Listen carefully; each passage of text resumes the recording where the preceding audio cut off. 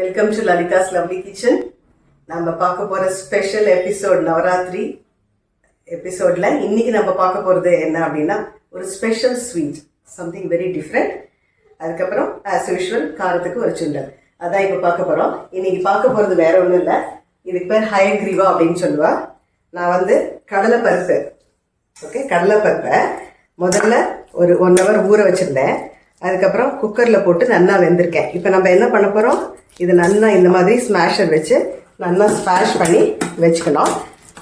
நல்லா ஸ்மாஷ் ஆகிடுது பாருங்க, ஒரு நல்லா குக்கரில் வெந்தனால நல்லா கம்ப்ளீட்டாக ஸ்மாஷ் ஆகுது. இதில் கொஞ்சம் 1-2 இப்படி தெரிஞ்சால் தெர் இஸ் நோ ப்ராப்ளம், அந்த மாதிரி தெரியறதுனால தப்பு கிடையாது. பட் கூடுமான வரைக்கும் நல்லா இதை ஸ்மாஷ் பண்ணிக்கிறது பெட்டர். ஸோ இதை ஸ்மாஷ் பண்ணி நான் ரெடியாக வச்சுட்டுருக்கேன். உங்களுக்கு காமிக்கிறதுக்காக வேண்டிய அரைகுறையாக பண்ணி வச்சுருந்தேன். So that you will know இதை வந்து எந்த அளவுக்கு வேகணும் அப்படிங்கிறது உங்களுக்கு புரியும் இல்லையா. பாண்டியில் நெய் போட்டு வச்சுட்டுருக்கேன். நான் வந்து கேசரி பாத்துக்கு இதுக்கெல்லாம் முதல்லையே நிறைய வைக்கணும்னு சொல்லுவேன். இந்த இதுக்கு அப்படி கிடையாது, இந்த ஸ்வீட்டுக்கு கொஞ்சம் வச்சுட்டுருக்கேன். இப்போ இதில் பாருங்க, பாதாம், அதுக்கப்புறம் முந்திரி பருப்பு, அப்புறம் கிஸ்மிஸ். இதுக்கு வந்து நிறைய ட்ரை ஃப்ரூட்ஸ் போடலாம். இது அம்பாளுக்கு ரொம்ப உகந்த ஸ்வீட் இது. ஸோ நவராத்திரியில் துர்கா, லக்ஷ்மி, சரஸ்வதி இந்த 3 அம்பாளுக்கும் நம்ம இந்த ஸ்வீட்டை பண்ணி நைவேத்தியம் பண்ணிவிட்டு எல்லார்கிட்டையும் ஷேர் பண்ணுறது ரொம்ப உத்தமம். துர்கை வந்து நமக்கு நல்ல தைரியமும், லக்ஷ்மி நல்ல தனம், நம்மளுக்கு வெல்த் கொடுக்கணும். சரஸ்வதி நம்மளுக்கு உண்டான கலை, ஞானம், அறிவு நம்மளுக்கு கொடுக்கணும் அப்படின்னு நம்ம வேண்டிக்கலாம். ஸோ இதை பார்த்தேன்னா இந்த ட்ரை ஃப்ரூட்ஸை நல்லா வறுத்தாச்சு. ஸோ இது வந்து ரொம்ப நேரம் இதில் வச்ச கருத்துடும், அதனால் நான் கொஞ்சம் முன்னாடியே இதை எடுத்துடுறேன். ட்ரை ஃப்ரூட்ஸ் வறுத்து எடுத்து வச்சுட்டாச்சு. ஸோ இப்போ இதில் கொஞ்சம் நெய் இருக்கு இல்லையா, நான் இதோட நம்ம ஸ்மாஷ் பண்ணி வச்சுருக்கிற இந்த கடலைப்பருப்பு நான் வறுக்கலை, பச்சையாகவே அதை நல்லா களைஞ்சிட்டு ஊற வச்சேன். அது 1 hour ஊறினதுக்கு அப்புறமா அதை குக்கரில் வச்சு நல்லா வெந்து வச்சுட்டேன். வெந்ததை நல்லா ஸ்மாஷ் பண்ணியிருக்கேன், அவ்வளோதான். இந்த ஸ்வீட்டுக்கு மட்டும் நம்ம கொஞ்சம் கொஞ்சமாக அதில் நெய் விட்டாக்க இந்த ஸ்வீட் ரொம்ப நல்லா வரும். ஸோ இதை போட்டாச்சு. இந்த நெய்யில் இது வதங்கிறது இல்லையா, இந்த சமயத்தில் நான் வந்து இந்த மெஷரிங் கப்புக்கு இது வந்து 250 ml, இதுக்கு 1 கப் எடுத்துட்டேன். அதனால் இதுக்கு வெல்லம் வந்து நான் கரெக்டாக 1.5 கப்பு தான் எடுத்துட்டுருக்கேன். உங்களுக்கு ஜாஸ்தி வேணால் போட்டுக்கலாம், பட் 1.5 வந்து ரொம்ப கரெக்டாக இருக்கும்.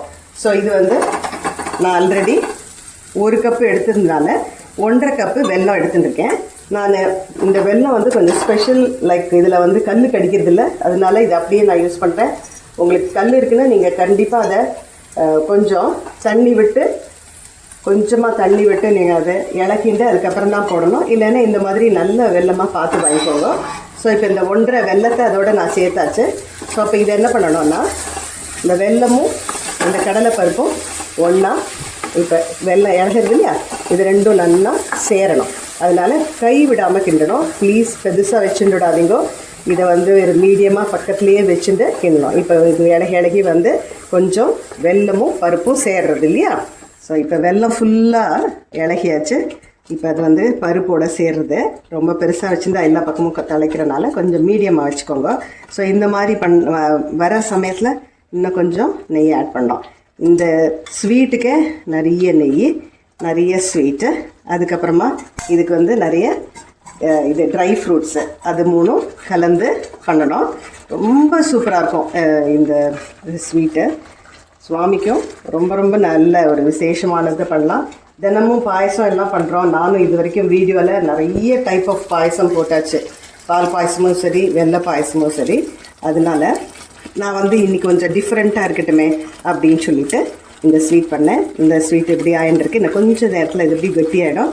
நம்ம வந்து இந்த சமயத்தில் நான் வந்து ஒரு 7 ஏலக்காய், அதில் துளியுண்டு ஜாதிக்காய் போட்டுருக்கேன். நான் சொன்ன மாதிரி சுவாமிக்கு பண்ணும்போது ரொம்ப ரொம்ப நம்ம ஸ்ரத்தையாக அதுக்கு உண்டானதெல்லாம் போட்டு பண்ணி நைவேத்தியம் பண்ணணும்.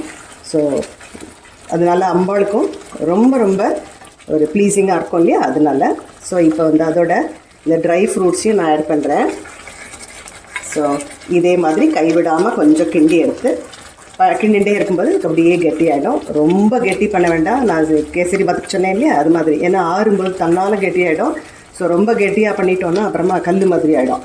ஸோ அதெல்லாம் இப்போ நெய், நம்ம போட்டிருக்கிற இந்த ட்ரை ஃப்ரூட்ஸு, ஓகே, இந்த பருப்பு, வெல்லம் எல்லாம் ஒட்டுக்க சேர்ந்துன்னு வருது. இதில் ஏலக்காய் அதெல்லாம் போட்டுட்டு வேறு கமன்னு மணக்கிறது. ஒரு 2-3 மினிட்ஸில் இது நல்லா கெட்டி ஆகிடுது. So the sweet is ready. Sweet இப்போ ரெடி ஆகிடுது. ரொம்ப கெட்டியாக்குறது வேண்டாம், ஏன்னா இது ஆற உங்களுக்கு கெட்டி ஆகிடும். நான் வந்து இதை கொஞ்ச நேரம் இந்த பாண்டியோடையே வைக்கிறேன். ஸோ இந்த சூட்டுக்கே அது நல்லா கெட்டி ஆகிடும். ஸோ இன்றைக்கி காரத்துக்கு பார்க்க போகிற சுண்டல் வந்து ஒயிட் சென்னா. இது வந்து ப்ரீவியஸ் நைட்டே நல்லா ஊற வச்சுருந்தேன். நல்லா இது வந்து கொஞ்சம் நாளை ஒரு 8 hours நல்லா ஊறிட்டு, அதுக்கப்புறம் இதில் கொஞ்சோண்டு உப்பு போட்டு ஆல்ரெடி நான் குக்கரில் நல்லா வெந்து வச்சுட்டாச்சு. நல்லா வெந்திருக்குது. ஸோ இதை எப்படி நம்ம சுண்டல் பண்ண போகிறோம் அப்படிங்கிறத இன்றைக்கி பார்க்க போகிறோம். ஸோ நான் பாண்லியில் கொஞ்சமாக எண்ணெய் வச்சுட்டுருக்கேன். முன்னாடியே சொன்ன மாதிரி இது ஸ்டாண்டர்ட் ரூலு. நம்ம சுண்டலுக்கு எப்போதும் தேங்காய் எண்ணெய் தான் விட்டுக்கணும். இதுக்கு தேவையான கடுகு போடுறேன். வெறும் கடுகு தான் போட்டுருக்கேன். அதுக்கு கொஞ்சோண்டு ஹிங்கு, பெருங்காய பொடி அதில் டைரெக்டாக இன்றைக்கி சேர்க்குறேன். இதை இப்போ நான் இந்த ஒயிட் சென்னாவை கொத்துக்கடலையை இதோடு சேர்க்குறேன். அப்புறமா இந்த தேங்காய் எண்ணெயில் நம்ம டான்ஸ் கொட்டணும். இப்போ நான் வந்து மிக்சியில் ஒரே ஒரு பச்சை மிளகா, ஒரு துண்டு இஞ்சி, ஏன்னா கொஞ்சம் தான் போட்டுருக்கேன் அதனால், அதுக்கப்புறம் கொஞ்சோண்டு கருவேப்பிலை, அப்புறம் அதோட கொஞ்சோண்டு ஜீரகம், இது எல்லாமே ஒரே ஒரு பீட்டு. ஆக்சுவலாக விப்பரில் ஒரு தரம் திருப்பினா போகிறோம். இதை திருப்பி எடுத்துன்னு வரலாம். அதுக்குள்ளே இது கொஞ்சம் வதங்கிட்டேன். நான் இதில் தண்ணியோடையே தான் போட்டேன்.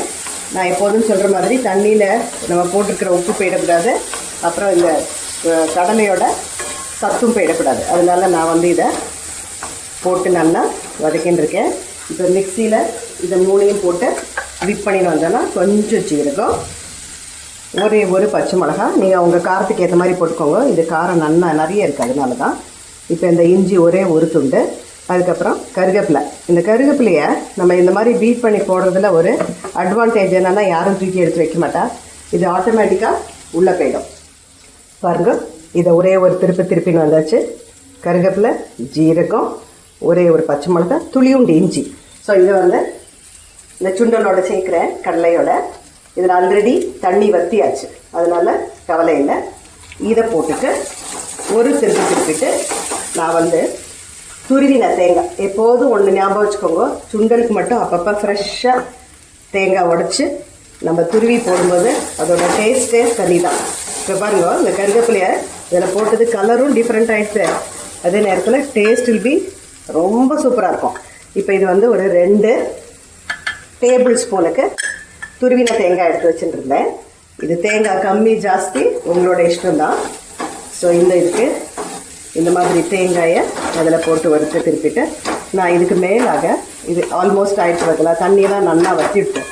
ஸோ இந்த தேங்காய் போட்டு 1 நிமிஷம் நல்லா கிண்டிடலாம். ஸோ தட் அது கெட்டு போகாது. அடுத்த நாள் காரதால் வைக்கிற வச்சுருந்தா கூட கெட்டு போகாது. ஸோ இந்த மாதிரி பண்ணிவிட்டு இது மேலாக இப்போ அரைச்சிடுறேன். ரெடி ஆகிடுத்து. மேலாக கொஞ்சோண்டு கொத்தமல்லியை கார்னிஷ் பண்ணிடலாம்.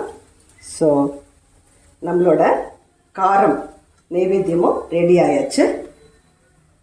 ஸோ இந்த மாதிரி இது வந்து ஆல்மோஸ்ட் லைக் ஹல்வா மாதிரி இருக்கும், ஏன்னா நிறைய நெய் சேர்த்துருக்கோம், நிறைய வெல்லம் அண்ட் தென் ட்ரை ஃப்ரூட்ஸ் எல்லாம். ஆல்மோஸ்ட் லைக் அ ஹல்வா, கடலைப்பருப்பு ஹல்வான்னு வச்சுக்கலாம். இதுக்கு பேர் ஹயக்ரீவா. அதுக்கப்புறமா காரத்துக்கு இன்றைக்கி ஒயிட் சென்னா சுண்டல் பண்ணியிருக்கோம். ஸோ இந்த மாதிரி விதவிதமாக நம்ம சுவாமிக்கு நைவேத்தியம் பண்ணி நான் அப்போதே சொன்ன மாதிரி நம்மளுக்கு நல்ல தைரியத்தையும், கடவுள் வந்து நல்ல ஒரு செல்வத்தையும், அதே நேரத்தில் நல்ல ஞானம் அறிவையும் கொடுக்கணும் அப்படின்னு எல்லாருக்காகவும் நானும் எழுதிக்கிறேன். So let us celebrate this Navratri in a very very grand divine way. I hope you like this recipe. Please try it. நான் எல்லாமே முன்னாடியே உங்களுக்கு காமிச்சிருக்கேன், so that you can plan your day. So let me meet you in the next special video, Navaratri.